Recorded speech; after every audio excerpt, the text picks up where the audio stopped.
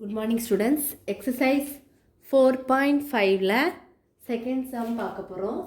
Find the value of the expression in terms of x with the help of a reference triangle கொடுத்திருக்காங்க. First division பாருங்க. ஈஸியான some தான். நமக்கு formula அந்த box போட்டுருக்கிறது தான் formula. அது தெரிஞ்சாலே நீங்கள் ஈஸியாக சால்வ் பண்ணிடலாம்.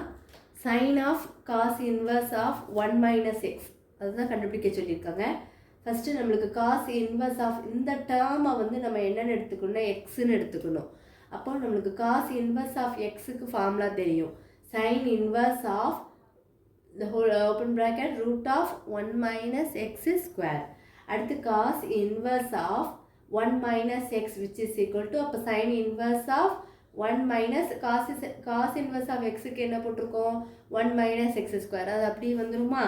இப்போது சைன் இன்வர்ஸ் ஆஃப் 1 மைனஸ் இது என்ன ஃபார்மெட்டில் இருக்குது, a minus b the whole square ஃபார்மெட்டில் இருக்கா? அப்போ ஃபார்முலா என்னது, a square plus b square minus 2ab. அப்போது a ஸ்கொயர்னா 1, b ஸ்கொயர்னா எக்ஸ் ஸ்கொயரு, மைனஸ் 2abனா என்னது, மைனஸ் 2x. இப்போ ஒவ்வொன்றையும் உள்ளே கொடுத்து மல்டிப்ளை பண்ணலாமா?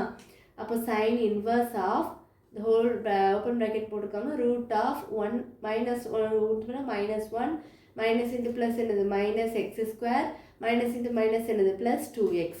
இப்போ இந்த ரெண்டும் கேன்சல் ஆகி என்ன இருக்கும், மைனஸ் எக்ஸ் ஸ்கொயரு 2x இருக்கும். அப்போ எழுதும்போது எப்பவுமே ஃபஸ்ட்டு என்ன பண்ணக்கூடாது, ஃப்ரண்ட்டில் வந்து மைனஸ் இருக்கக்கூடாது. ஸோ அப்போ அதனால் 2x மைனஸ் எக்ஸ் ஸ்கொயர்னு இங்கே எழுதியிருக்கோம். அப்போ ஆன்சர் அதுதான் ஆன்சர். இப்போ நம்மளுக்கு கண்டுபிடிக்க வேண்டியது இதுதான் கொஸ்டின் எழுதியிருக்கோம். Sine of cos inverse of 1 minus x equal to நம்மளுக்கு என்ன கிடச்சிருக்கு, சைன் ஆஃப் இந்த இதுக்கு தான் நம்ம கண்டுபிடிச்சிருக்கோம். அப்போ அந்த வேல்யூ தான் என்னது, sine inverse of root of 2x minus x square. அதுதான் இங்கே எழுதியிருக்கேன்.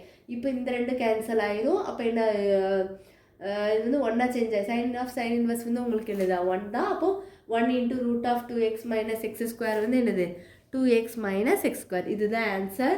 எதுவும் டவுட்ஸ் இருந்தால் கண்டிப்பாக கேளுங்க ஸ்டூடெண்ட்ஸ்.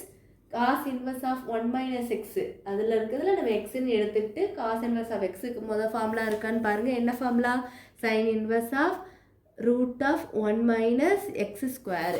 அதுதான் இங்கே போட்டிருக்கோம்.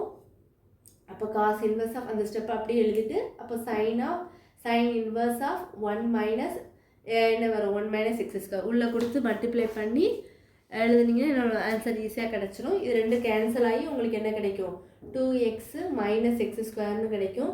அதுதான் இங்கே போட்டிருப்போம். அப்போ cos inverse of 1 minus x equal to இது அப்படியே போட்டிருப்போம். இதுக்கு தான் நம்ம என்ன கண்டுபிடிச்சி வச்சுருக்கோம், இந்த இப்போ கண்டுபிடிச்சி வச்சது தான் அப்படியே இங்கே எழுதியிருக்கோம்.